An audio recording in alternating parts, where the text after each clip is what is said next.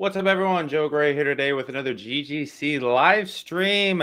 I am joined by my dude, Ryan D. Pompeo. I'll let him chat in a second. Today, we are going to talk about our top athletes. So we're going to watch some clips from the spring GGC. We're going to walk through the top 3 males and females, as well as the top 3 most improved lifters year over year. So that's people who participated last spring and this spring and had the greatest improvement to their totals. When we look at top athletes, we're not factoring in body weight, equipment, geared lifters, none of that stuff. We just say whoever lifted the biggest, baddest weights, that's just it. So powerlifting gets kind of crazy, and there's all these different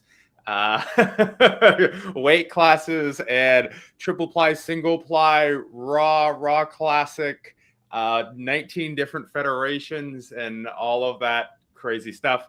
And for the GGC, we try and keep it a little simpler, and that takes the same piece here is just whoever lifts the most is the top athlete, end of sentence. So Ryan, what's good with you, dude?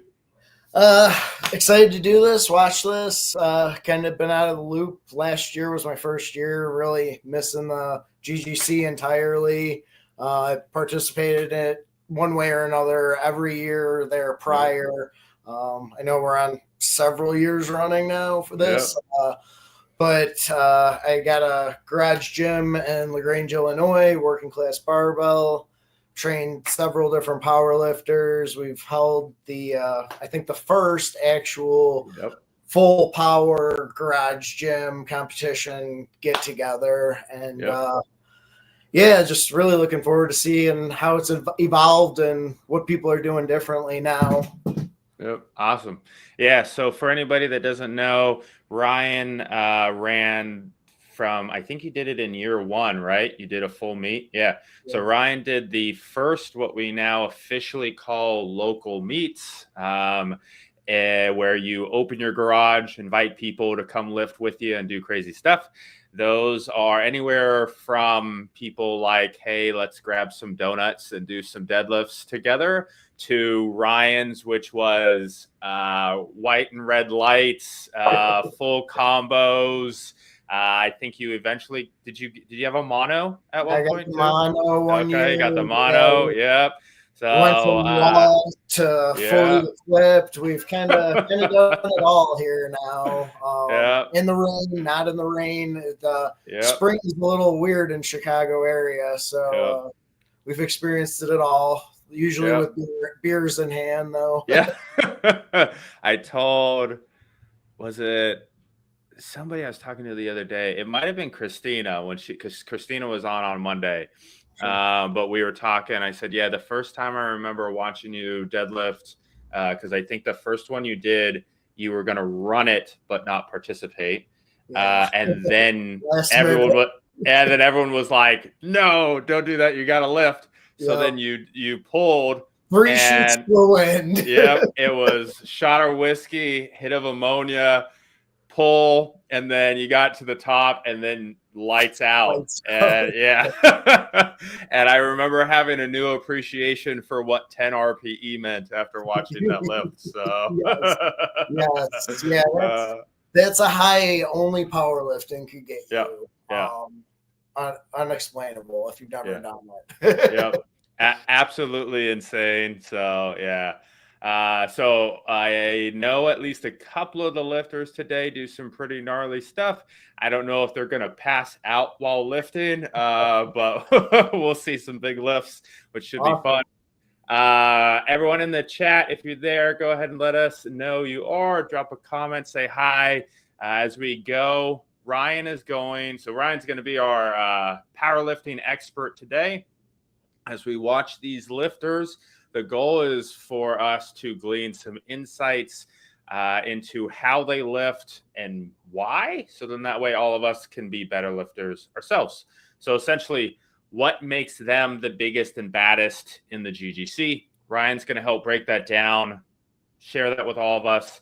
So that way, hopefully we can take that with us into the fall and be better lifters ourselves. So any questions, Ryan? You ready?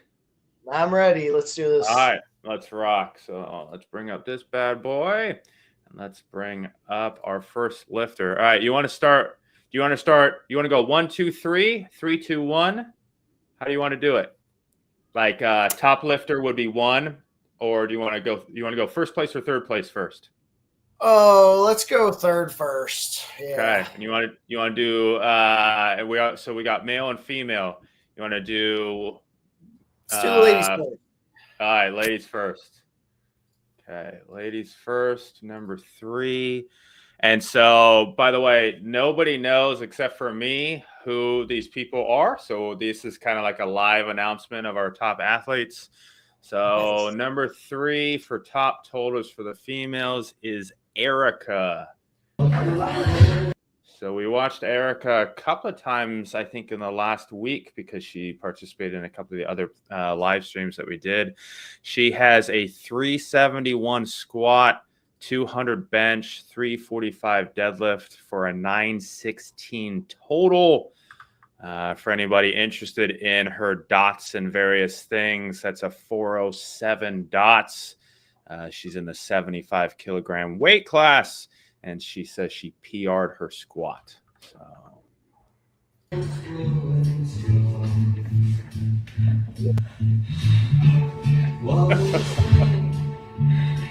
You got some knee wraps, mono attachments, cool setup, the tunes.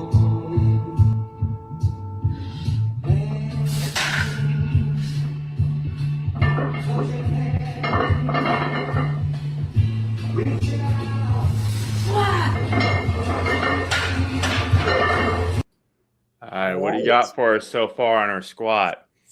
Awesome. She moved that weight good. I think she's got more in her for sure.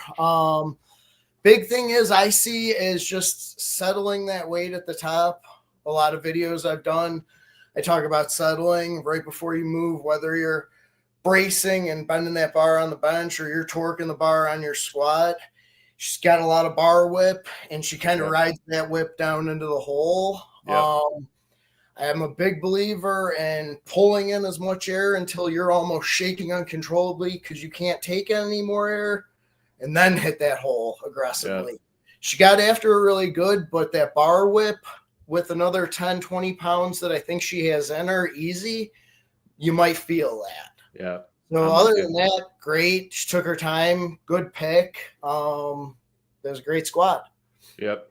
Yeah, we gave that cue a lot last week. Okay. So me and about 4 different GGC coaches walked through somewhere around 10 to 15 clips each day, gave some feedback to some lifters, and that was a really, really, really common one. I know I actually got that from you years back, was the Let It Settle piece. And I remember us talking about, even when you're doing multiple reps, the idea being that powerlifting is a single rep game. So if you're going to do triples, you got to treat it like 3 singles, right? Instead of in bodybuilding, we get a little more like 1, 2, 3, 4, 5, 6, 7, 8, 9, 10 kind of thing, right? In powerlifting, it should be 1, 2, 3 kind of deal. That way you're ingraining that let it settle piece every single time. So absolutely. The only other thing I would say is more emphasis, and that kind of goes in. What created that bar whip was the breath she was taking. Yeah. It got it moving. I'm slow and steady. Pull it in, feel it expand until there is nothing more in the belt. Yeah. So we're like here, and she goes right there. Yeah, that piece, right? So that bar goes up, and now it's going to come. Yeah. So continue to pull the bar into you so there is none of this. And then if you do want to get aggressive, it just comes straight in and down and just really fight that belt against the diaphragm when you're pulling it in. Yep. But it sets you up for more power. Yep.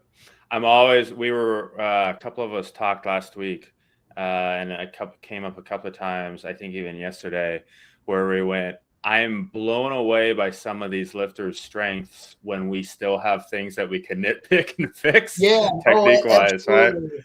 For her Absolutely. to crush a 371-pound squat, and we're like, hey, you could do these couple of things, is just wild. Absolutely. And just, I'm not too nitpick, but, I just throwing out things that I see. The knee wraps. Now, I'm not an equipment snob by any means, but what I see is a little bit of slack to use up, and I see a little bit wider pattern. Playing with your knee wrap configuration, revolutions, tightness, how you cinch it up, what part of the revolutions you start to. Yep. You could almost change that 50 pounds by how you wrap your knees, how somebody else wraps your knees. So those are just things to keep in mind as well when you're dealing with knee wraps. Yep. Yeah. Roy, what's up, dude? Roy says, I think too many people want to shrug their traps on that last big breath, cause unnecessary rep. Yeah, I think we saw this in some lifters as well throughout. They get that chest breath instead of that belly breath, which then ends up lifting stuff, right? Instead of, if it's down here in the belly, hopefully none of this moves. It's pretty hard not to move if you're breathing here, right? So yeah, where that breath goes is important too. So absolutely. All right, so it looks like I need to share my screen for her bench. Let's do that real quick. Okay, so here comes her bench.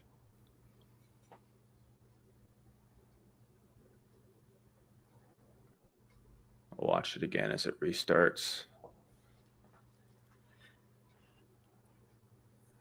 I'm always fascinated by people benching with the mono attachments. I could never trust myself. She's got a pretty big arch, down, up. Oh, almost missed it, but she got the re-rack. So yeah, I think so. Competition wise, she ran to the rack a little bit, so I know the feeling. At the little sticking point. So let's clarify that real quick for anybody. Run to the rack is you gotta lift and hold, and then they give you the rack command, right? As opposed to, oh my God, I got it, get it off of me, kind of thing. Yeah, so, you got to demonstrate control the whole way through. Yep. But it's not a requirement. But no, that's the little sticking point. From what I'm seeing, she's got very wide, so you have to maintain a lot of lat engagement. That big of an arch is hard to maintain good lat engagement. You almost end up relying on rear delt connection with the bench only, which is not a great stabilizer. So I'm seeing a lot of emphasis on the front of her deltoids taking that weight. Some people call it flaring when you open up. I don't see a big intentional flare. It's if there was a little bit more lat engagement, there would be no sticking point. Yep. But it's a PR for her on bench, or no? She said squat was the only one she PR'd. So, yep, squat. Okay. Yeah. No, it all comes down to setup. That wide is a tough. That's a tough setup to maintain a perfect bench at maximum effort without putting a lot of emphasis on. Yeah, we had last week. One of the coaches, Danielle, and I talked about how, and maybe this works the best for her. A lot of times, I think you see less experienced lifters. Yeah, less experienced lifters who are trying to get more serious about powerlifting see their favorite lifter who has this massive arch and this Willie Ride grip or, whatever things. And they go, well, that's what I got to do. And a lot of us go through that. I know I did. I tried to Oh, widen my stance on absolutely. squats or whatever, and then you realize, oh, I'm not built Absolutely. like them. So yeah. Oh, That's one of the biggest realizations, or learning to adapt from, and it happens several times in my career, is having to learn something new because you're working around an injury of some yeah, sort. I've had plenty of small slap tears across my pec that, altered my grip here and there over the yeah, years. But yeah, the biggest thing too is the general, and like you mentioned, newer novice lifters is, and I bring this up all the time, is the general misconception on how to bench. Because in high school, oh, like this, bring it to your chest, but really the emphasis is you're dragging all that weight across your front delt, yeah, and you're drying up your bicep tendons yeah, prematurely, and just horrible things taking place. That when you learn to put some lat activation into it, understand what yeah, your arch is doing, bring it down to your feet. Then, I mean, I got bench videos that I've gone through that I talk about how to squeeze the bench with your whole body. yeah, And then the difference in how you tie your feet to the ground. There's so many factors into it. I'd be curious if she's got the mat on the bench for a grip purpose. Because again, that wide, you're relying on less surface area on the bench. yeah. So I think if she had a little bit solid setup, there would be little sticking point. Um, Yep. All right, let's take then a look depending on how at. many times during a training cycle, how many people train a press call regularly. Yeah, yep. Especially I'm if a she's firm lifting by believer in, herself. if you're going to power. Yes. Oh, absolutely. Was there someone there in the background going press, or Yeah. it's hard to gauge yourself. I hated doing that. Like if I had a maximum bench effort day, and I just as soon ask, the blind guy down the street, I'm like, just give me something to go off of, whether it's a minute late. I Yeah, need to hear someone tell me to do it, yeah. because if I do it, I'm going to question myself all day. Oh, and then you're thinking about the command instead of just lifting the weight and your technique and stuff, and so you're focused on the wrong stuff. And yeah, so all right, let's take a look at her deadlift real quick. Yeah. Yes. Yes.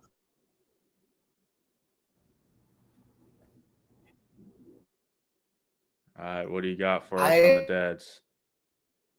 When I'm training for a meet,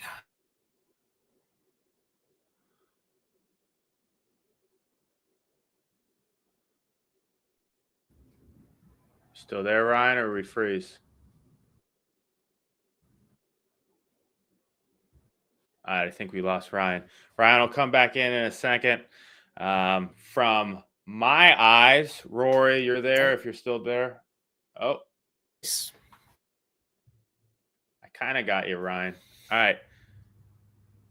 If anybody's got any feedback on the deadlift, I'm seeing pretty good back. okay, All right, you still there? yeah, All right, that's great. there we go. Okay, Yeah, what are you yeah, seeing? just made it back. Okay, what are you seeing in the deads? She wedges in. I think she wedges in great. She's got great shoulder positioning. Plays around down there a little bit longer than I like. You're wasting air Yep, the more time you spend down there. But I mean, once she comes up, probably gets a little air, wedges in. yep, She's got a great pull from there. Looks like yep, she's got almost like what I consider a perfect leverage yep, once she's wedged into the proper position. yep. That looks great. I mean, No, great speed all the way through. yep, no back issues. No, we're not seeing any breakdown anywhere. I mean, that, yeah, the hips don't go too high, too fast, Fantastic. nothing. Yeah. No, that's fantastic. A little bit of baby powder, and that would even flown faster. Just Yeah, no catch on the thighs there, right? So exactly. Definitely a lot more in the tank there. In great form. yeah, Great form. nice work, Erica. All right. So Erica's number 3 for us today for the ladies. Let's go ahead and take a look at number 2. Bring up number 2 stuff is Clara. So here's Clara's squat.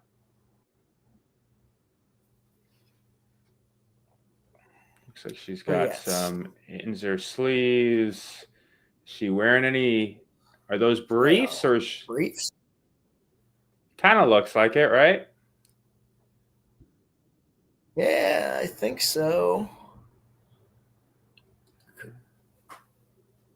My guess is since she didn't hit super deep, that's probably why. But she's not wearing anything here gear-wise. Okay, she got that. Great fight. Way to fight through it. Yeah. Okay, absolutely. but then she's got a suit here, so yeah, so that makes more sense. Awesome. No, that's cool. It's got that strongman hit showing now. You might see lights out. This is grounds for good lights out. Shit is shaking off of it. Yeah. All right. So her squat. Yeah. So let's see what she says. She says she's PR'd her squat. So she's got a 405 squat, 215 bench, 455 deadlift for 1,075 total. That puts her at a 514 dots because she's only in the 67 kilo class. That's pretty savage. Yeah, excellent. Okay. So, I mean, yeah, just with the briefs, I say if you're walking out, you still got to get to a wider stance. You're not going to get a whole lot out of a suit with that narrow of a stance. You could actually see her knees are out further than the outsides of her feet, it looks like.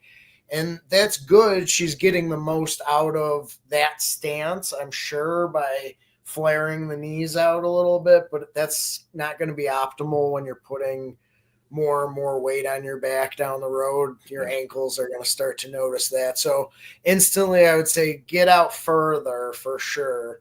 Because 9 times out of 10, right, you wear any type of gear, suit, grease, whatever, you got to take it out of a mono because you're so stiff, right?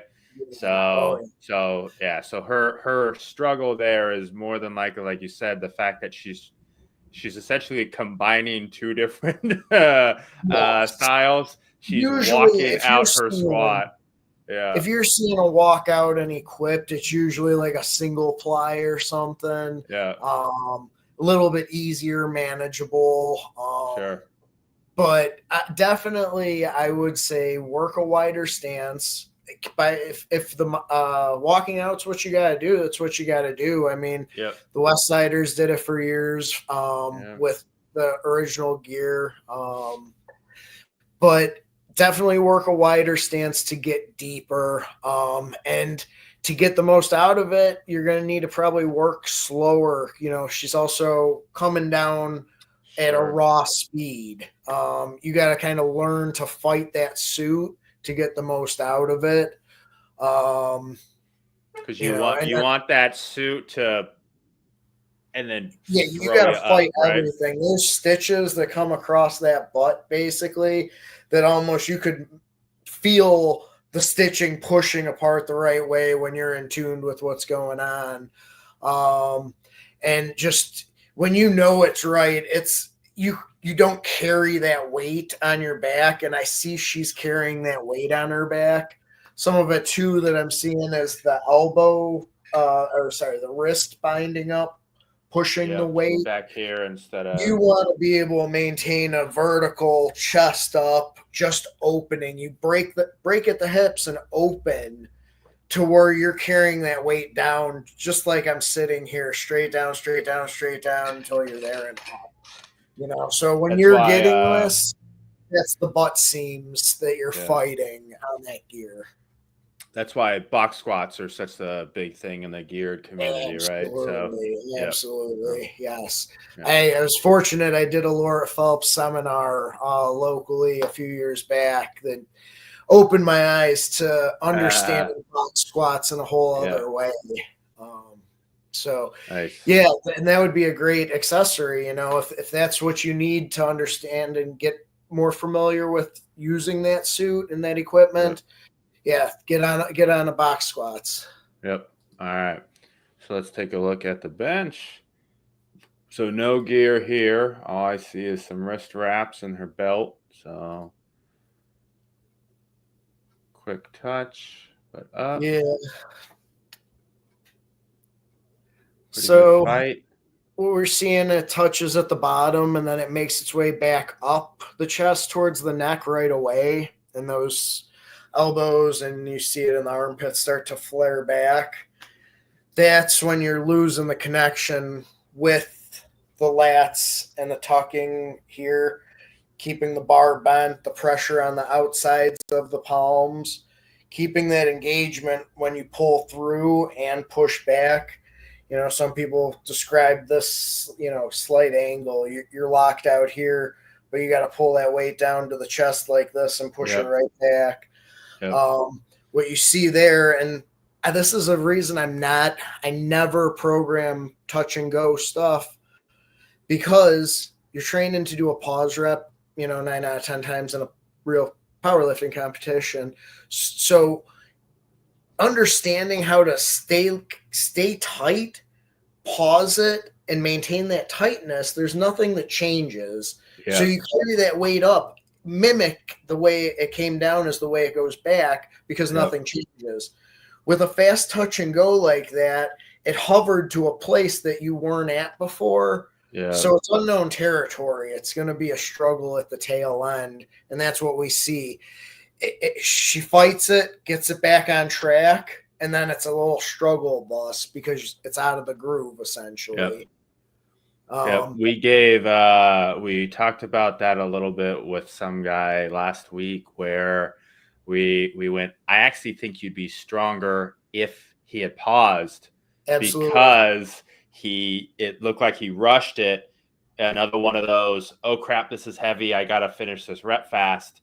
And he instantly dropped back and had to grind that thing out, as opposed to, like you're saying, you own that position. When you're here, you pause and then you come right back, right? All the movement is just in that arm, and that's it. So yes, nothing changes. The way it goes down is the way it goes back, and that makes for, even if it's slowing down, do not do anything different than push it back the same way it came. The second you deviate from that, that's when injuries happen, because you're trying to do something that wasn't meant to be done. It's the way I look at it. That makes sense. Train the pause rep, and it'll make you stronger. Train the long pauses as a variation. Anything 1 second is too short. So if an easy day is going to be a 1 second, it better be a lot of them. And on a pause day, 3 seconds is pretty good. Yep. Or gets a training partner that'll forget about you. I've had a few of those. What are you doing up there? All right. So Dad, again, we got the suit on. We're going to have the crazy hitch and stuff, but we'll see how she finishes it. So she gets pretty good there. I was thinking the wedge was perfect. Again, I mentioned, the shoulder over the wrist, not, shoulder in front of the wrist. Yeah. She pulls in, she wedges in a little bit further than that to get going straight up, and she's pulling it real nice. And then it's like almost like panic mode sets in, or maybe that's when the suit started to let off a little bit and she felt that she needed to get underneath it a little bit more. Because the Props for suits, trying to do conventional deadlift in a suit too is very tough. So I don't know if that suit's meant for it or not. I do it, or when I deadlift, pull conventional still in a suit, and everyone says if you could do sumo, do it. That's what the suit's for, essentially. But no, I think she started off great. If you just learn to stay within that groove. But maybe she does some strongman. I see the stones back there. yeah. She's got the straps on. She's got the Cerberus headband too, so Yes, probably yes. probably her thing. So She yeah, fought it like hell. I thought she was going yeah, lights out for sure. yeah, yeah. Pulling that last one there like that and getting it up is pretty impressive. So Yeah, hell of a fight. That's yeah, awesome. nicely So done. yeah, that's a good lift in a strongman competition, right? Yep, yep. Sure. All right, let's take a look at. I don't know if you saw Ryan. Christina says hi. She's in the chat. Whoa. We're gonna pull up number 1 for the ladies is Lindsay. So Lindsay was mentioned the other day. So Travis Kinney is a regular GGC athlete. He's the one standing behind Lindsay there. That's boyfriend, girlfriend. Lindsay is a monster as well. And Travis is typically somewhere in the top 5 range of athletes. Just depends on if he decides to put on any of his gear or not for lifting in the GGC. So Travis was here for our RPE evaluation stuff. So we walked through a bunch of lifters and took a look at what we called the most 10 RPE. We had one guy who benched, and it was like a 10-second concentric rep. Yeah, I mean, it was like, if I don't get this, I'm gonna die kind of thing. And he got it. It was impressive. And a couple of other ones. One dude, Leo, his foot slid out while he was benching, and he continued to push the whole way, and he finished the rep. Everyone in the chat was like, I don't know how that happens. I would have died, but here we are. So, so it was good. So Nice. Let's take a look at Lindsay's lifts. So I believe she's geared as well, but we'll see as we go. So.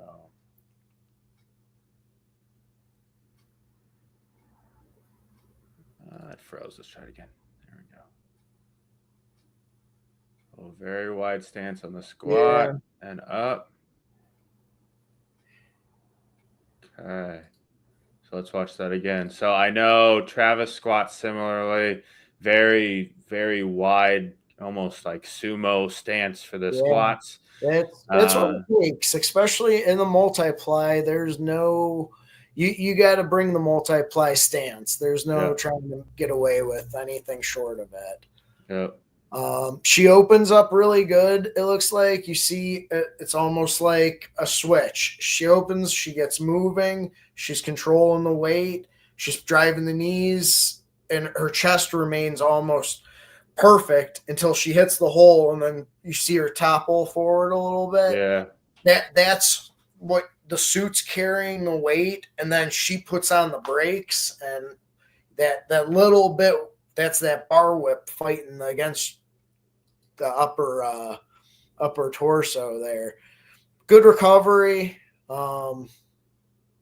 Serious weight. Yeah, you can see her moving forward a little bit. I see you. So Yeah, that's some big weight. The only thing I could really say that helps with that, maybe throw on some wrist straps and just that general elbow position. Again, I'm just whatever you could do, whether it be drop a finger, move it a little bit further. If you could get this rotation to get under it, so you're bringing your elbows to your heels a little bit more than this, that ends up doing this. Yeah. Or if you get in trouble, hit, and you do this. Yeah.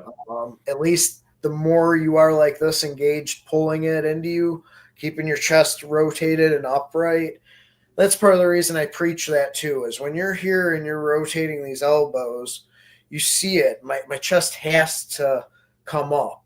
And when you got that rigid bar across you, now you've got this rigid bar that's not going anywhere. You make your spine the next rigid bar, and you make these two wings the next most rigid thing that does not move. You can't go anywhere.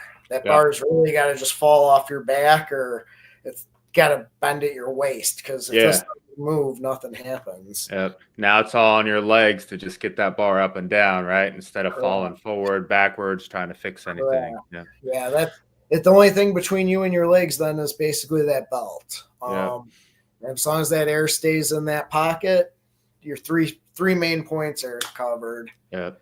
This is a 420 squat, by the way. So it's a 420 squat, 315 bench, 375 deadlift for an 1,110 pound total.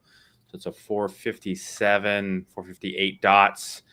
She's in the 90 kilo class. So she says she's PR'd her squat and deadlift. So that makes sense that she probably falls forward a little bit on a PR, fighting something. But that's damn clean for that heavy and for a PR. So absolutely, yeah, fine tuning, be really good.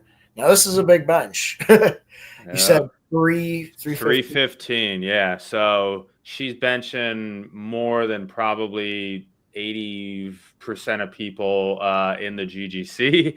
I think if I did the math, let alone women. That might be the biggest female bench. I'd have to double check, but it looks like she's got bench shirt on, right? So Overkill or whatever it is a shirt company.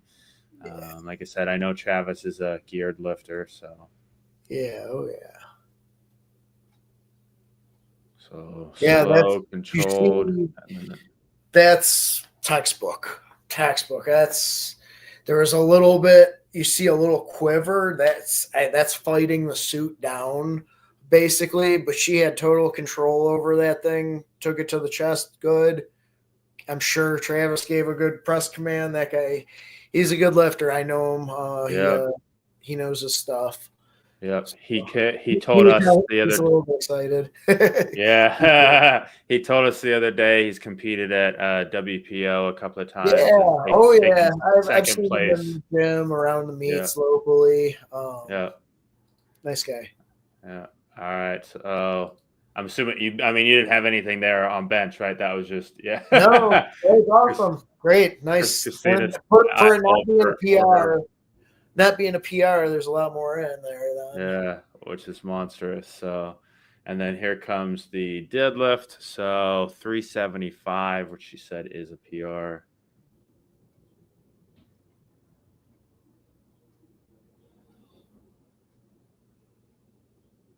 Whew. Yeah, awesome. Great. Perfect. I mean, for a PR, that's what you want. She was patient getting into position. She let the suit engage and used it to the best of its abilities. And it takes a lot of strength to do that, and patience, and the amount of pressure that creates is gnarly. Very gnarly. That's another one that makes you want to go take a nap. Yeah. Yeah, the when you were talking earlier, let it settle. When we were talking about it last week, we talked about, embracing the suck, right? Yeah. And how, it's you throw that heavy bar on your back, or you're trying to pick up a heavy weight, whatever it might be. And the idea is I got to go fast, because the faster I get this up, the better.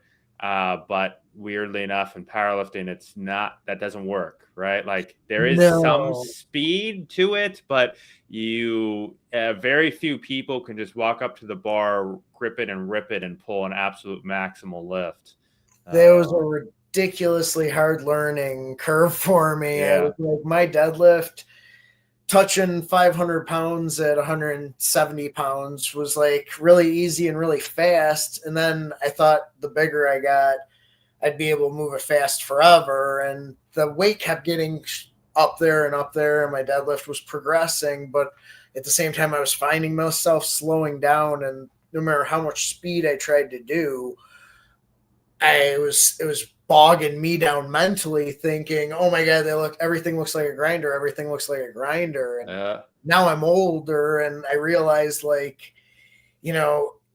it feels like a grinder even when it looks good to everybody else. That was a real weird point in my training life. Was I'd be like, oh, how terrible did it look as I'm coming to, and they're like, that flew. What are you talking about? It's not supposed to feel good. I mean, if you're getting through this stuff and it's feeling good, it's time to go a little bit heavier. Yep. Yeah. Like I said, one of the things I've taken away from the GGC over the years is being able to watch some of the monstrous lifts and reevaluating my own 10 RPE, 9 RPE, 8 RPE, and going like, okay, because like you said, like you pull 500, I don't really care how big you are, how strong you are, whatever. Like, it's heavy, right? 500 pounds is a lot of weight. Right? Yeah, that's like when you compare the amount of people doing it and stuff. Sometimes that's just a perspective lifters that are at their limits need to factor in with mental, mind blocks and stuff like that. Is I'm still damn strong for what I'm doing right now, and stop, thinking, oh, well, this person could do this much more at this weight. Blah, blah, blah. It's like, it's understand what your body's doing and appreciate it a little bit more for a second. But I remember like when I first started trying to getting closer to 600, and like I pulled like 560 or something, 570, and I'm like, oh my God, that must, like, I felt like my back was like this, right? And then I watched the video and I go, that was amazing. Right? And so then you start to like kind of understand, well, almost 600 pounds in my hand isn't going, like, there's no way for you to keep your entire back completely stiff, right? You're going to have some thoracic rounding and stuff with a maximal load at that kind of, weight and stuff. Like, it's just not possible. So those realizations of when you start pushing just stupid weight, and obviously it's relative to your size and stuff, but it's gonna, like you said, it's not gonna feel great. It's gonna look a bit different. It's gonna feel way different than it did 2, 3, 4 years before that, etc. So there's so much progression and changes that come and go with any of the 3 lifts. All right, so those are our top 3 females. So Lindsay taking home the top spot, Clara taking home number 2, and Erica with number 3. Let's hop on over to the dudes. We'll crack number 3 open with Carl. So Carl, another geared lifter. He lifts with Travis Rogers. So Travis was supposed to be my co-host tonight. We will see Travis in a second. Travis got injured last night, so he's at the doctor. Hopefully he has speedy recovery. But this is, so he said he is new to triple ply. I believe he was a single ply lifter before. This is a 772 squat, 573 bench, 562 deadlift for a 1,907 pound total. He said he PR'd his squat and bench. He's in the 100 kilo class. That gives him a 537 dots. And so, Ryan, can you speak a little bit for anyone listening? Normally, if you're raw, we're used to seeing like squat, bench, maybe deadlift in terms of lifts. When you get into, especially the triple ply, those ratios change quite a bit, right? Big time. Yeah, you're really getting the most out of any equipment, whether it be single ply up to, like he mentioned, triple ply. You're getting the most out of it when you're understanding the equipment and the squat and the bench. The deadlift, you're fighting gravity and you're pulling it off the ground. So A lot of the thing too is how comfortable people could remain getting into position on the deadlift while keeping that suit on. I might have lost you guys. I don't know. But basically, Keep it going. I'm here. okay, cool. So basically, the deadlift is the one that you're getting the least out of. So it's just very hard. You'll see some guys use less equipment when they're pulling, just because it doesn't do a whole lot. Do that much. Sure. Yeah, you're really, because you're going to utilize during the squat, you're probably going to utilize a brief and a squat suit. The squat suit has its purposes for lower and upper body during the squat. You'll see some guys utilize just the straps down, during training sessions. And it's like anything, any equipment, just you got to push it all as far as you can before you introduce the next thing. Yeah. Yeah. And I know Travis has talked to us on past live streams before. There's and you've kind of hinted to some of it here. It's not like, hey, you squat a lot, put on a squat suit, and then you squat more like tomorrow, right? No, that's a hard reality too. You're like a fish out of water the first time, or you're just mesmerized by how long it takes to get into it, or how painful it is, or counting down the minutes until you can get out of it even. Yeah, there's a large takeaway from actually getting to experience equipped lifting. It's two totally different worlds, raw and equipped. Yeah. You gotta take the time to understand both of them to actually appreciate them for both thoroughly for what they're worth. Yeah.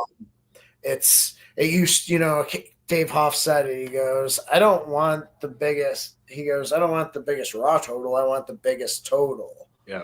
And you're not going to get the biggest total without using equipment. Yeah. It's ultimately what some guys have just decided. Yep.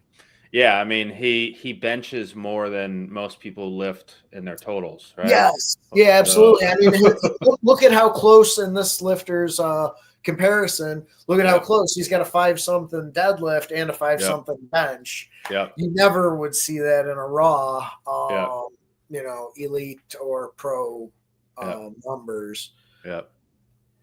All right, so let's take a look at Carl's squat.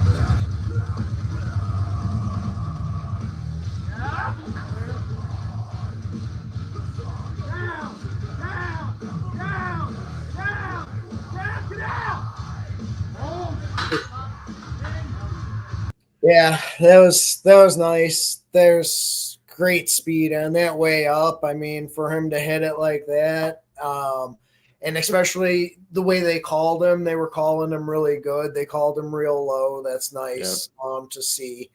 And the fact that he was able to flip that switch and bring it up, you'll see it when these guys are pushing maximum effort. They might wiggle there for a minute and then start fighting it up. So he'll be squatting 859 probably in that same equipment within a couple months. Yeah, maybe. Especially surrounded by Travis and all these other big beefcakes around him. So that's what it comes down to. I mean, you're the lifter doing the weight, but the people around you are what give you the ability to do the weight. Yep.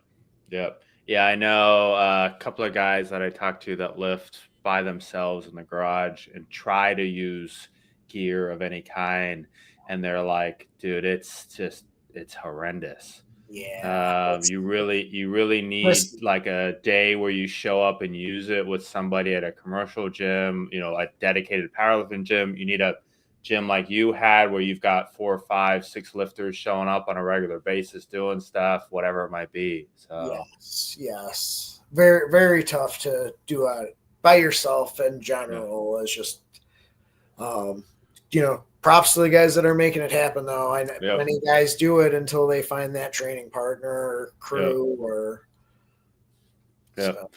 Here's a good one. Probably we can comment on. So we talked about Erica earlier. Her wraps, she had like this much left over. A little bit. Carl here doesn't look like he's got more than maybe an inch or two left coming out of the top there. So there's tricks. I mean, I bring a long set of needle nose pliers just out of my toolbox. Yep. With that, I lay that thing right there, drop the wrap in it, pull it through. I've seen numerous things. People use lifting straps sometimes to pull it through.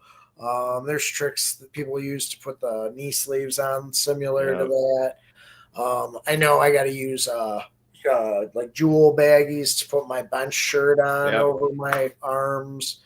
So yeah, and that goes back to what I said about getting the most out of your equipment before buying the next piece of equipment or saying I need to do this or I need to do that. It's like, no, you need to push this, and this a little bit further. There's always, even when you're perfect, someone will tell you there's something that could be done a little bit different. And if someone's offering to give me some information, I'm always willing to take it.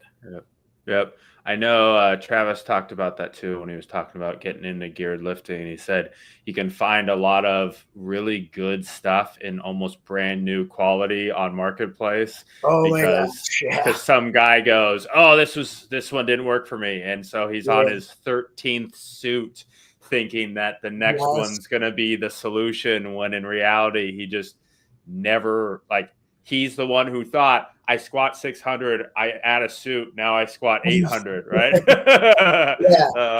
One thing I will say, and this may be some advice that saves someone a lot of time and money, equipment is tough to get that fits right. If you know somebody that tailors equipment locally, reach out to them.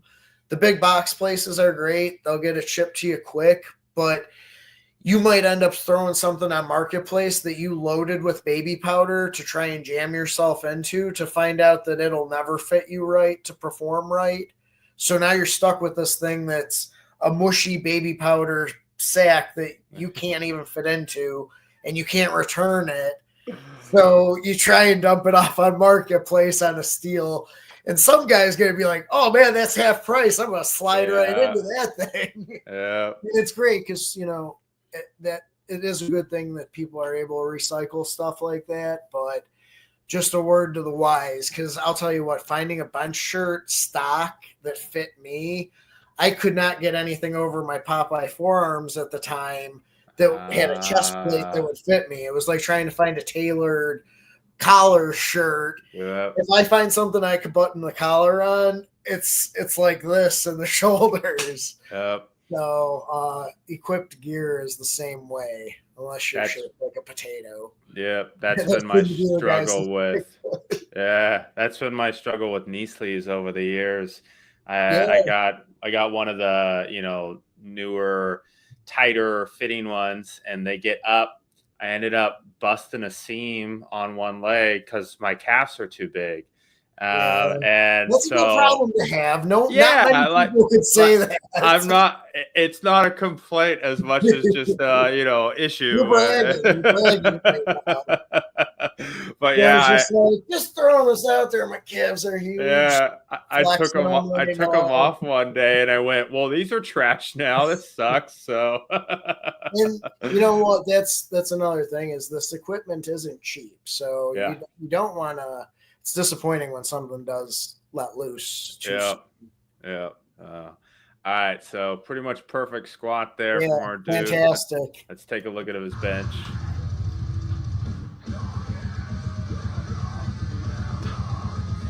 Travis very happy for him.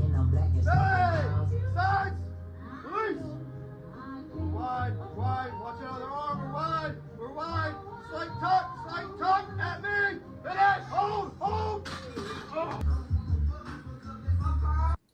Watch that again. So that's Travis standing above him, giving him all the commands and stuff. Sides! Release! Wide, watch out of their arm, we're wide, slight tuck at me, finish, hold!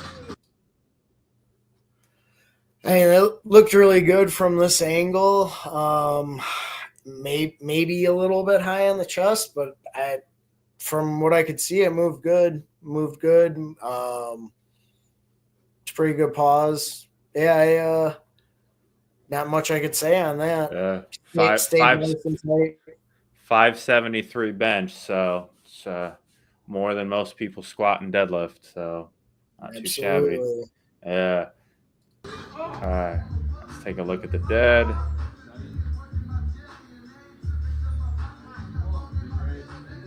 Yeah, so this is, you see him shifting side to side. That's what I mean. It's just so uncomfortable to get into position with a suit.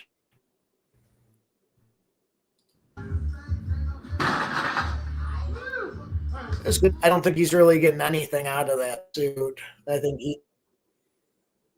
he muscled through that one pretty good. Yep. All right. So that's like I said, 1,907 pound total, giving him third place. Next up is going to be Mark. So Mark is going to be a little wonky and quite a bit different than what we've seen so far. You still there, Ryan? Your camera looks like it's frozen. Okay, I can get Mark loaded up. Just came back. Okay. So Mark goes by Deadliest Lift. Mark was on yesterday, actually. We ran a full segment looking at lifters who lifted in a non-conventional way, and Mark picked his most deadliest lifters. So if you've never seen any of Mark's stuff before, Ryan, he has been known to squat while standing on top of plates that are like literally straight up and down, or he's see the hole like in the ceiling there. He's stacked up plates high enough that his head is through the ceiling while he deadlifts, and all kinds of wild ass stuff. He's also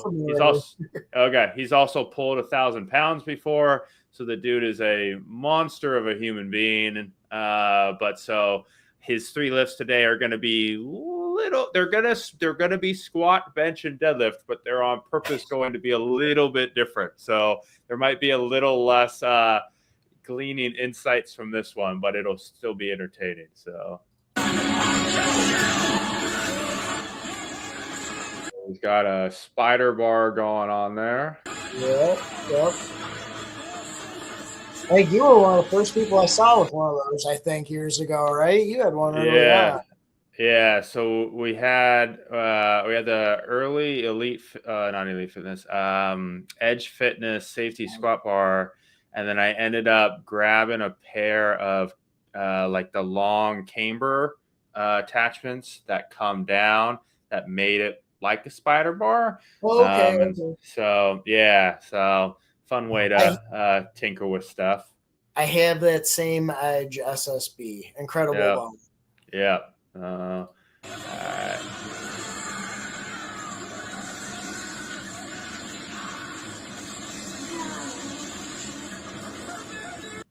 So Mark told us yesterday, if he can turn anything into a deadlift, he will. So that's basically what that was a kind of good morning. Good morning. I was going to give that a good morning 10 out of 10. Yeah, pretty monster. So that's likes to work hard. 735 squat there. So which I don't know how his back is still attached through that, but he did. You wouldn't see me load that weight to do anything other than what you're supposed to do with it.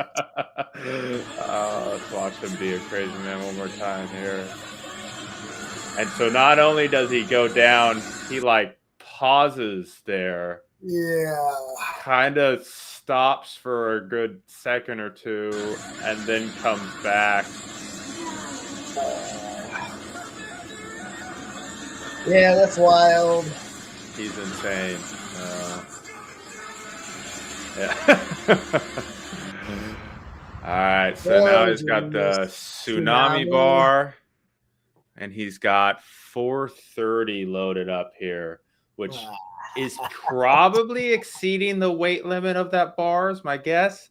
I've Yeah, got an earthquake bar, and I think it's supposed to be 300 like, pounds. yeah. So he's probably doing more than he's supposed to, but we'll Yeah. watch this. Little We'll watch bumpy to this thing say. whip around. Yeah. Oh, Oh. I almost can't believe how easy he made that look. Yeah. He might actually have too much weight on there for it to whip around just right. Yeah. Very All right. impressive. He's got Yeah, some good guys to crazy. hang out with. That's good. Mm-hmm. And then let's take a look at his deadlift.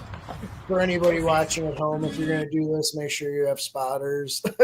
Oh, yeah. Yeah. So he's got a Jefferson deadlift, right? So between the legs. So it looks like he's got every plate in. I don't even think I don't think that's his basement. So wherever he is, yeah. In the chat, I threw out my back just watching that. Yeah. So Jefferson deadlift. So he's got it between the legs as opposed to out front, which is like a in between a conventional and a hack deadlift kind of thing going on. Is that an elephant bar? That's what I was thinking. It looks very long, or maybe those are.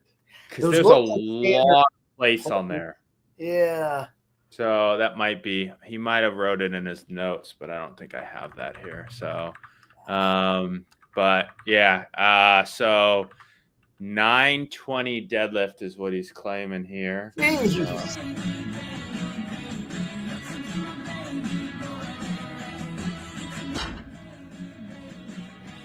That's wild. Yeah. That's got to be like an elephant bar, I think. Yeah. So he did a great job, and I know he's got these really good deadlifts and impressive levers, but like going back to like that thoracic crunch we were talking about at the top, like if you watch him, once he pulls the slack out of that bar, he stays in the same position until he finishes. Yep. So that amount, even though it looks a little bit rounded, that is the thoracic crunch you need to not move any further from that. That's a strong, an amazingly strong starting position. Yep. That's right where he needs to be. If there was any more upward, you'd see him fall until he hit that point, and then the bar would move again. Yep. So yeah, very strong dude. Yeah, we had pretty much the perfect examples last week of one dude who had some thoracic rounding, and we were like, hey, this is, make sure everyone knows this is fine, right? Yes. As long as we are wherever we kind of start, we finish in terms of back, positioning, we're good. And then the next one, we went from really flat to as soon as he pulled the slack out of the bar and started pulling, we got that turtling going on. And we went, okay, so this is what we were talking about and what we don't want. And sure. It's good, because if you see X amount, you watch several people do it perfect. It's hard, if you know, not knowing what you're looking for, you see a bunch of people doing it wrong. Yeah. You'll know the good one when you see it. Yep. So I think this is the bar from, Kratos, I think, is from Cerberus. I'll look it up, I think. So Cerberus makes the Kratos Strongman bar. That very well could be it. Can we see the handles? Or the shaft? Is it black? So that's what it looks like. That looks more stainless. The one on their site has black zinc shaft. So it could be it. It could be a different one. But yeah, I mean, that's too many. My deadlift bar doesn't have that much room on it. There's no way, especially since those first 4 plates are 45-pound bumpers. Like he'd be halfway out of plates or out of room at that point, and he fit collars on the end. So that's got to be a specialty deadlift bar. So yeah, so crazy lifts from Mark there. Very cool. Yep. All right. So let's take a look at So he takes second place this year, or for the spring. We're going to take a look at the big dog, Mr. Travis. So Travis has taken first, I don't know, 5, 6, 7 different times, something like that at this point. He took first back when it was all raw. And then once we said, hey, who cares? And he started competing equipped, he took first as well. So I think he'd be near the top of the list no matter what we do. Travis is a monster, especially since so Travis has, let's see, so he's got a 810 squat, 650 bench, 700 dead for 2160 total. And those are not PRs, which is just insane. 110 kilo class for a 600 dots. Let's watch Travis.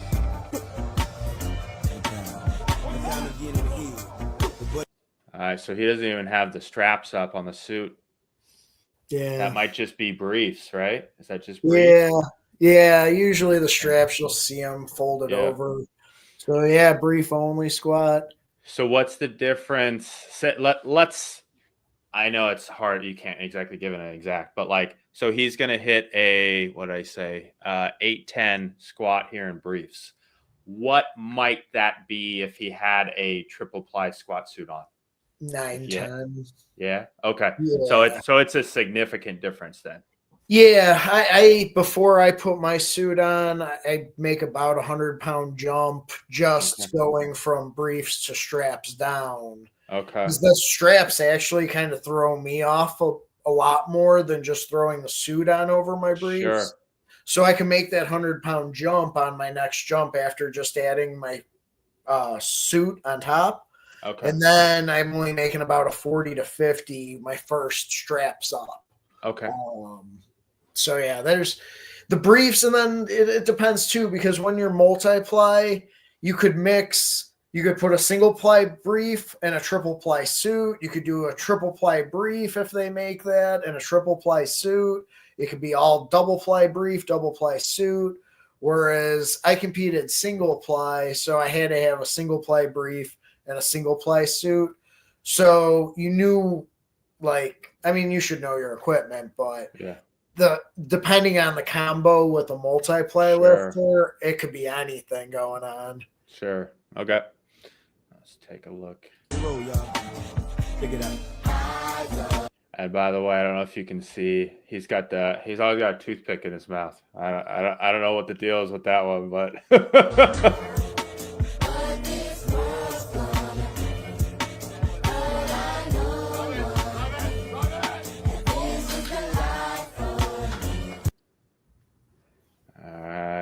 he's a strong lifter. I don't know really much to critique. Knowing that he's got a lot more equipment that he could use, I think this was probably like a token qualifier for him. Yeah. But you see the fatigue that, a weight that's not even a PR, you could see the stress that's putting on his body. He didn't make that look easy. He worked for that. And yeah. So for someone that thinks, oh, well, he's got wraps and briefs on, that's a manageable number. It's a lot, and a guy's frame that size, it's a lot. Because he's maybe an indication why he's not in full suit, because the body's not ready for it right now. Because he's I think sitting around 220-ish most of the time. Okay. So he's whenever I talk to people, I go, think of a power lifter. That's what Travis looks like. So tatted head to toe, just thick as can be. So, and then I tell people, I go, and he's a PE teacher. So I can't even imagine having him as a teacher. You'd walk in your first day and just go, oh shit. Right. That's what we need more of, instead of the overweight PE teachers that walk in with their windbreaker clipboard and a whistle. Yeah, I'm with you. All right, let's see. So that looks a little more like full everything, right? Yeah, that looks like a big open back, maybe double, maybe triple ply shirt. It's jacked pretty low. If you saw, he had some good cleavage going on. That's always a good sign for a big bench. And he's got to have help getting into position, right? Yeah, oh yeah. They call that the chest plate. So some of that suit might be 2 plies. This chest right here might be 3. The way they stitch the collar up around there. I mean, where do you put that? You're familiar with the slingshot, and Yep. imagine a slingshot now, triple, doubled up, quadrupled up. That's kind of what you're working into and fighting against. So it's a tricky to get into position alone. And then you want those wrists wrapped so tight because you're holding weight that most people couldn't fathom holding over their face in the first place. Yeah. Yeah. I remember the first time, I think it was, so you mentioned Laura Phelps. Yep. It was Kelly Starrett talking about he went and lifted with West Side at one point, and he got sent to the ladies. And at first he was like, "What?" And then he goes, "Oh, I can't even keep up with the ladies." Right? He hits like an all-time PR, like a 500-pound squat. And then they hit it for a triple and then throw another plate on. And he's like, "Oh God, I'm in the wrong sport." And then what he was explaining after that, he was like, watch her, because I don't even remember what her best was, 7 something or something absurd, right? And he's like, anybody out there listening, like, just unrack a 700-pound squat, right? Like, not even squat it. Not even walk it out or anything. Just get under it and up and feel the amount of intense pressure being under that heavy of a load. And then they're talking about like Travis, that's a 650 bench. Like 650 pounds on your back is a lot. 650 in your hands is incomprehensible. So yeah, wild. All right, let's watch him murder it.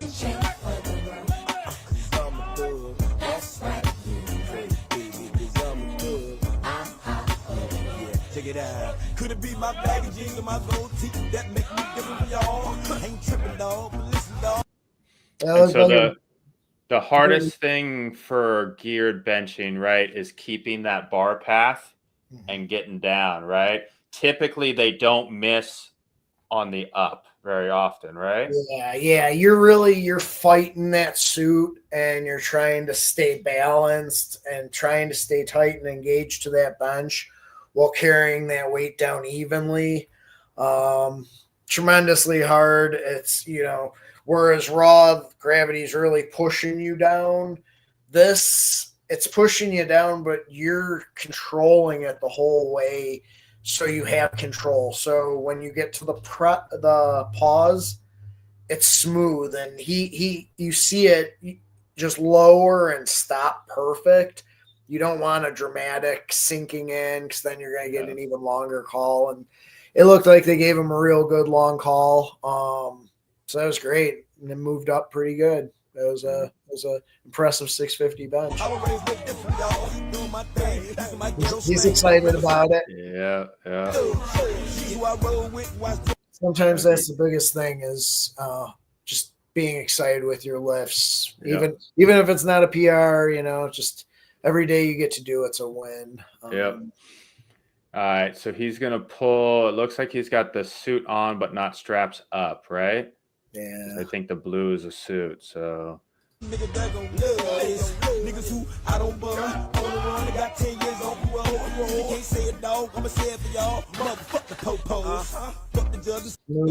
Yeah, I think, and I honestly, I don't know where I haven't really paid close attention, but I know he was probably doing this weight raw at one point too. Yeah. And that's the nature of the deadlift, is you might be pulling less or the same in a suit than you were when you were just competing raw.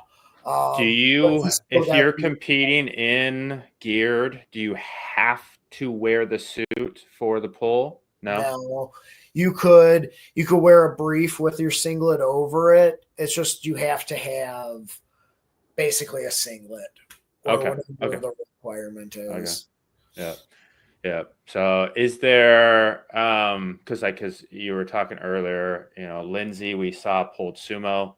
Yep. He's pulling conventional. I know Mark, who we just saw, when he's trying to pull his maximal, right? He actually puts on a suit. And he also pulls conventional. I'm assuming there are different suits for sumo versus conventional pullers. They cut the legs a little bit differently. They stitch the butt seam a little bit differently. Back in the day, guys used to just turn their squat suit backwards and put it on to deadlift. And they'd say, "Oh yeah, I noticed the difference. It works." It's all about what works for you. But really, they stay the most you're going to get because of the position you have to get into is the sumo, because they could stitch it to where your torso's in the best position that you could put yourself in pre-movement, whereas the conventional, you got to compromise position just to get down to the bar on it. Sure. There's also less compression in the suit, right? In the conventional, like the whole win from a squat suit is that it's bunching up, right? And then throws you back up. In conventional, there's not you only have a little bit in that hip crease in the front.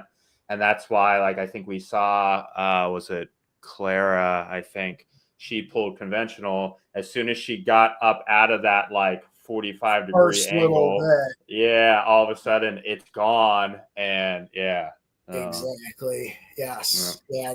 That the pressure that you build up comes off, and it's like pulling raw. It's a sand slap in the face when you're like, "Oh, where'd it go?" Crazy. All right. So Travis takes home the #1 spot this year for the spring. So those are our top 3 males and females. Let's take a quick look at our most improved. You got more time, right? Yeah, absolutely. Okay, cool. So we're gonna run a little long tonight. If anybody in the chat wants to hang around. So first up is let's start with #1 is going to be Jessica. So I've got for the most improved, I've got their last spring and then this spring lifts. So I believe Jessica's is cut. So we're going to see, this is her 24 squat, and then it'll be 25 squat. Then it'll be 24 bench, 25 bench, 24 deadlift, 25 deadlift kind of thing. So. Cool.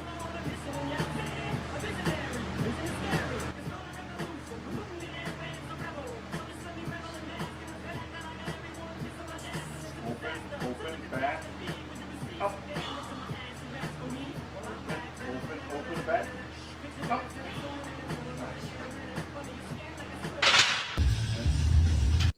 So obviously, you can already see the evolution. Yeah, she. I reached out to her via DM because I was like, hey, a couple of things I'd like to try and make sure is that people aren't like. That it's like real progress, right? That they made. And she's like, yeah, last spring, I was just getting into equipped lifting, really didn't know what I was doing, was trying some stuff. And she's like, and I've made a lot of progress over the last year.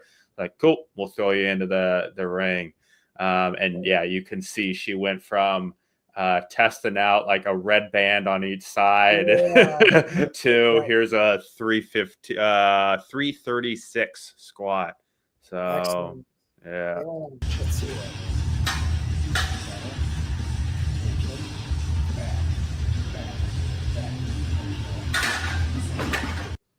All right. So maybe a little high, but yeah, definitely smooth though. Tell she's still learning. There's a lot still learning.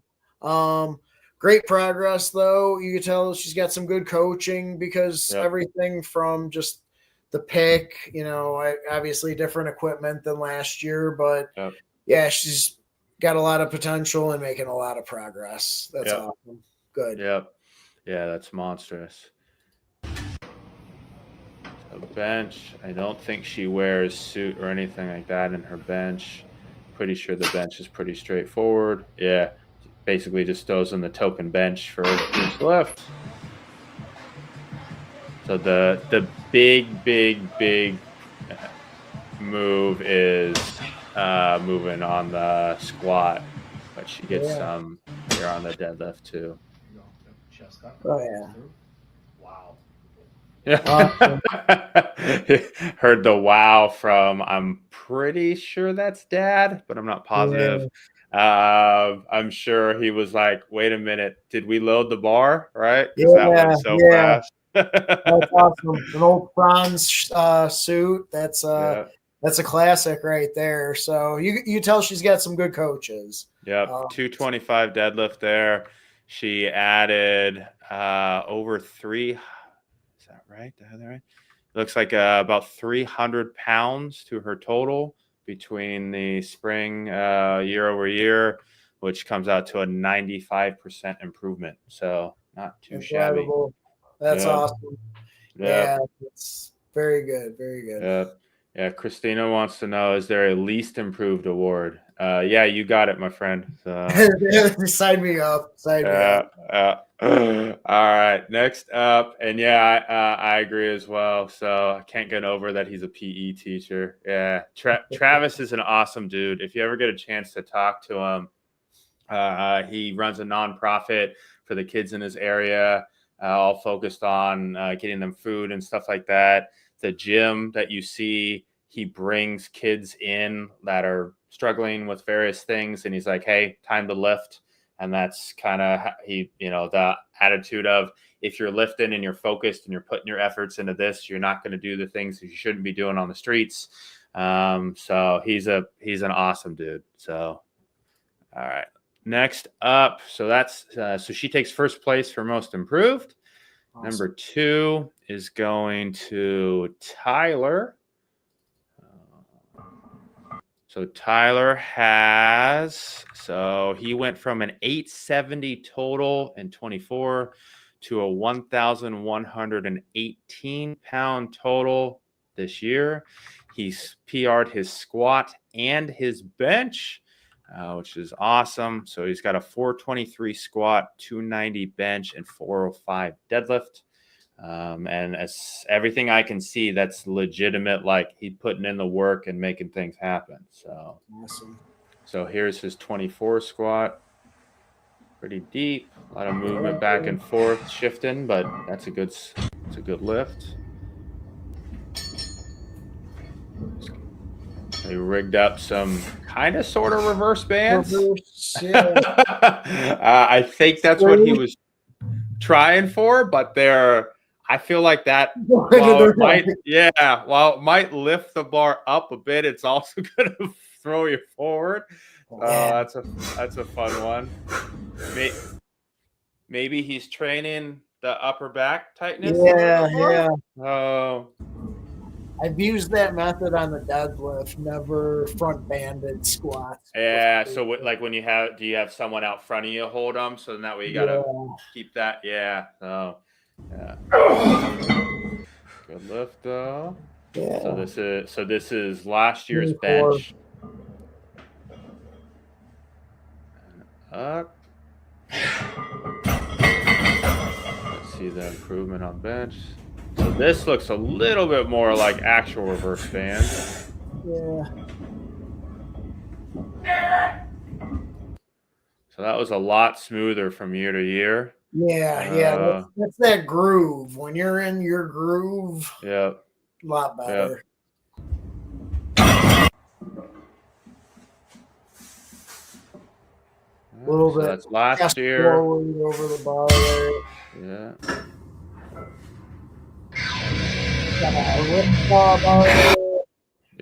Looks like you went to the trap bar. Yeah. Sumo.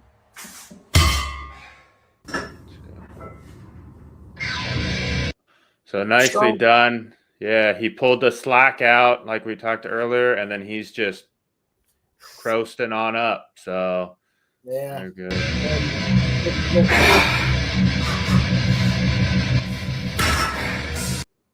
Nice. Yeah. So that's a 28% improvement year over year, which is monstrous, especially jumping into that. I mean, my guess is he probably thought, hey, I'll go from 870, maybe I'll break it into that 1,000-pound club. And he made it into the 1,100-pound club. So that's a nice jump. So very well done, Tyler. All right, we'll watch one more. Third place goes to Emma. So Emma's is pretty cool. I'm pretty sure this is like one of her first time lifting. So we're going to see, I think, all 3 of her 24 lifts and then all 3 of her 25 lifts. So.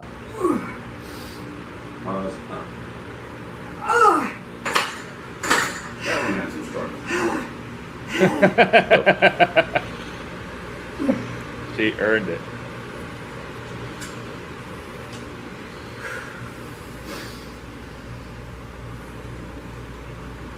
Nice and deep. Well done.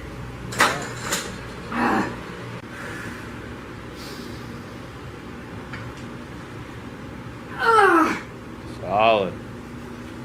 Okay, so here comes this year's. Let's see how she improves. They moved away from the rubber encased Ivankos and went to the revolvers, it looks like. Oh, yeah. Taking her time settling. Yeah, way better. Yeah. Yeah. The first one she was doing this thing, and so she's paying attention. Nicely done. Still great depth. Yeah, fantastic. Pure power. Yeah, that's awesome. Let's see. She took a little bit more time on the bench this one too. Okay, yeah, so Cat's gonna help her get a little more. Yeah.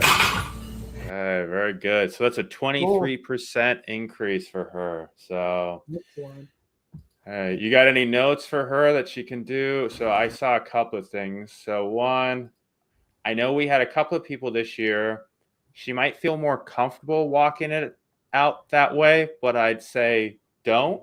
Yeah. So face the other way and walk it backwards instead of out forward.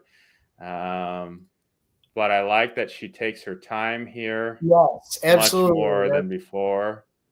A lot of power, if that when you're taking it down that deep and standing it back up, there's no mistake in the amount of strength that it takes to do that. So that's very impressive. Very if good. You want to start powerlifting, you're gonna have to cheat it a little bit and hit parallel and get the hell out. On the bench, I think take the same cue, right, as the squat. Slow down just a little bit.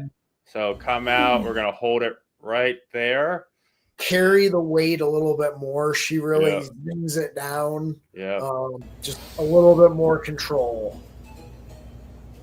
Because that's, for anyone that is going to compete with a press call, that's the biggest thing. The judges, what they're looking for, because what determines how long they keep that bar on your chest is how much control you demonstrate. Sure. If you're shaky the whole way through, you're going to have to stop it perfect to get a fast call. And if you just bomb it, you better stop it on the dot, show control, and then you're going to get that call. Sure. Zing it down, sink it, touch, sink it. They're going to wait until that thing stops dead and then give you that press command. Gotcha. So thing to keep in mind for the bench is whatever you do, show control and practice your pauses. All right. Love it. So deadlift, we get out front of ourselves quite a bit. So really ride those shins. yep. Right here, it's like a pendulum Yep. with it being that far out. So for sure, that's a lot more strain than necessary. Yep. This is where that Which wedging cue. we can see her feet shifting a bit too, which might possibly be because of the carpet. But yeah. And then she comes up on her toes at the end. Too, the timing just doesn't time out right without, that if you're far out, what's happening is the bar is moving at a different rate than the rest of your body. Yeah. So we're almost where it paused the last time, where it should have been end contact above the knees. Yeah. And the glutes coming in. So timing the deadlift is just a lot easier to do when it rides up the shins. Yep. Great lift. Pull that one a little bit closer, and you probably got a little bit more in you. But awesome. Yep. All three were very good improvements from all three lifters, which was fantastic. It's very cool to see the improvements year to year, especially like I said, when I pulled this one, I was like, she didn't even change equipment, nothing, like that's just straight. She got better. Yeah, which is awesome. Yeah. So yeah. That is. All right. We got one more to finish this off. So this is Christina's favorite. We're gonna watch my daughter lift. So she technically makes it into the most improved. I remove my entire family from any consideration of anything just because it's not really fair. And two, because kids get a little weird because we do percentages. And so her percentage when she adds like 30 pounds to her total is a monstrous percentage because she's not lifting anywhere near as much. But, still, we're going to take a look. So she's going to squat, bench, and deadlift. We only have this year's. I didn't manage to grab last year's, but key things from me as coach for her, for anyone who's watching and wants to pay attention to or wants to get their kids lifting, is one, I don't ever tell her what's on the bar. I never want her to focus on like, oh, last time I did 50, this time I need to do 60 or anything like that. It's simply, I say, hey, I'm going to make a judgment call if you're done, or you're going to make a judgment call that we're done. If you feel like that was all you had, we're done. If I feel like that's all you had, we're done.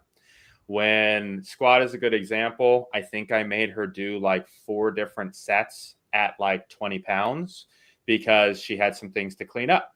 And we're not adding weight until that looks like you're doing everything we want. So the big one for her was Q we talked about for quite a few people. She basically had her elbows like this, right? Instead of pulling them in and getting that upper back more tight and engaged. And of course, at her age, elbows like this turns into a squat where it's like all low bar, even though she's not actually low bar squatting. And she ends up doing this good morning thing and whatever. And I'm like, we're not doing that. So I'm not trying to teach her how to squat like Mark, as we watched earlier. So we don't pay attention to the weight. We just kind of go. We make sure the technique looks right. When either of us make a judgment call that says we're done, and then we just see where we got. So make sure she's having fun and enjoying what she's doing, which you can see with the goofy dance beforehand. She was having fun. So.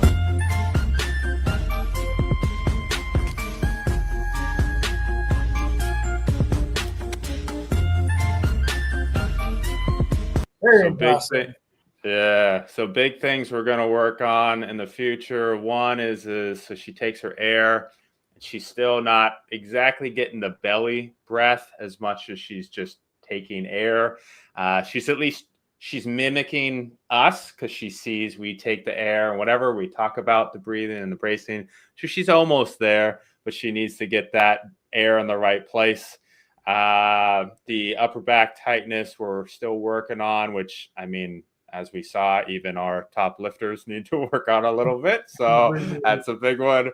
And then I think the connection into the ground, she wiggles her feet a little bit more than I'd probably like. But she doesn't have any real flat shoes. So I told her to just go barefoot and we were going to see what happened. And so I think she slides a little bit on the wood because of that. So, but not too shabby for a squat so she's 8. So comes bench. So we had to throw down the crash cushions to get her feet to be able to sit. I think we needed a little bit more there because we'll see her feet come up. But I've got adult lifters that we bring out the blocks for. Yeah. So for what it's interesting. So normally when I have her bench, I made like some uprights for her just out of wood. And they've worked for quite a while, and she's starting to exceed them. But normally when she benches, she has no problem being like locked in. Her feet don't go anywhere, whatever. Today, that was like she kept bringing her feet up, and like she was like trying to do like a feet up bench press thing.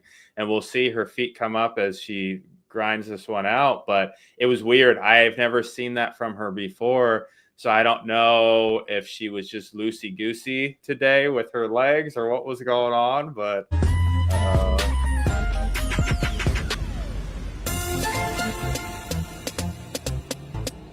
pretty good bar path, so it doesn't get all out of control. She doesn't send it back. That's pretty much straight down and up. And obviously as an adult, we want a little bit more of a kind of a curve and stuff, a little bit more of an arch, but we're not there yet. So she's got plenty of mobility to eat up a little bit of room there. So, and then her best lift is deadlift, which is my best lift, which is my wife's best lift, which I'm not positive if it's because we're longer limbed individuals or if it's that because I'm a better deadlifter, I can teach the deadlift better or what, maybe a little bit of all the above. Born in you. So her big goal for the spring. So in the fall, she hit I think it was a 93-pound deadlift. And so she wanted to hit 100 pounds. And so again, I don't tell her what's on the bar. So we just load and we go. So her bar weighs 22. So she's got actual 45-pound plates on there. So, wow. So she ended up with I think it was 114-pound deadlift when we added in the collars and stuff. And when I loaded up the actual 45s, we get there and she turns and she looks at me like, what? And I said, hey, friend, here we are. We'll see what happens, huh? So she goes, she gets her mom and brings her. She's like, you gotta look what he put on the board. So yeah, it was even before she got it. It was a cool moment. So yeah, no, that's cool.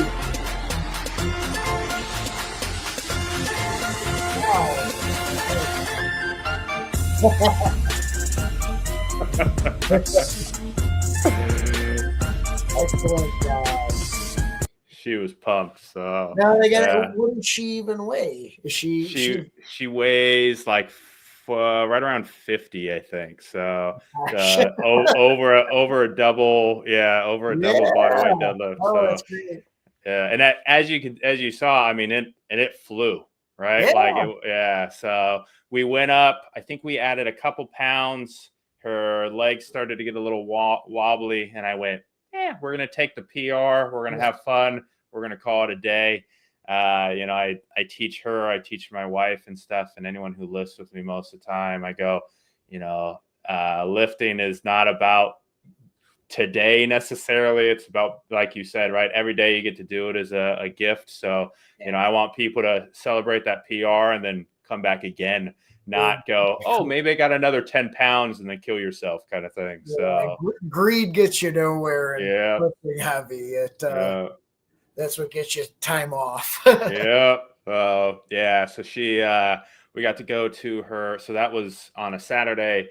She had a flag football game on Sunday, and she walks up, and the first thing she tells her coach, because I'm an assistant coach for the flag football team, was I deadlifted 114 pounds. And and every time she tells people stuff like that, they go, what? Like, even if they know what like deadlifting is, if they know what powerlifting is, they're still like, Are you flexing on me right yeah. now? And so the coach is like, okay. And then she looks up at me. I go, yeah, you want to see it? Sure. So I show her the video and she's like, holy crap. And the amount of people over the couple of weeks that were like, I don't even think I could lift that. So, Oh, that's awesome. That's going to be super motivating for her. yeah. She's got a good coach. Yep. So yeah, luckily, my wife knows a pretty good amount. And she's, so between the two of us being there and, being supportive, I think wasn't last year. I think it was the year before. Christina was here and was helping her and walking through with her too. And so she's got a lot of strong women and people in her life that, are excited about her doing her thing and helping her along. And yeah, it's cool to see her have fun with it, as well as then like I said, the after effect of being able to tell people, and you could just see this huge smile on her face, like she's just so accomplished, which is just awesome. So yes. Yeah. That's great. Yeah. All right, dude. That's our last video for today. So you want to leave the people with anything before we take off? No, I mean, for everyone that submitted these videos, great job on the top spots and the great improvement. Keep doing it. Keep coming back next year and the year after that, because it just keeps growing. This is far bigger than I ever imagined it would be. The first year I got involved in it. So, Joe, thank you so much for keeping me involved and, keeping this growing. I mean, it's a full year-round thing now too. It's really evolved, and you do a great job. Thanks, I appreciate it. Yeah, I mentioned at the beginning, Ryan hosted the very first local meet. We named Ryan the first in the Working Class Barbell Crew the first GGC ambassador, and the setup that they've done and what that's turned into for others is kind of like, this is where you're trying to get to if you want to run a local meet, as I still don't think anyone's managed to make anything more badass than that. So I have plans if my schedule ever lines up. So I've got a buddy of mine has my combo rack, and I want to bring it back. I want to bring a handful of people out. I want to actually live stream kind of like this, but a full local meet in the garage kind of deal, and have some commentators and stuff, which I think would be cool. Absolutely. But like I know it's a lot of work to coordinate all that and make it go off seamless and the whole deal. And so always a learning experience. I know I've done some Q&As in the past for you, I think, on how to run a good one. Anyone's got any questions, for down the road, reach out to me. My handle's Working Class Beast, or the gym is working_class_barbell. Shoot me a message if you got questions, want any kind of, direction or advice. I'm always open and available. Awesome. I appreciate it, dude. Thanks for hopping in at the last moment here. We poked Ryan at about 3 p.m. Pacific and said, hey, you want to do this? He's like, yeah, sure, whatever. I'm bored. Let's do it. Yeah, it worked out good.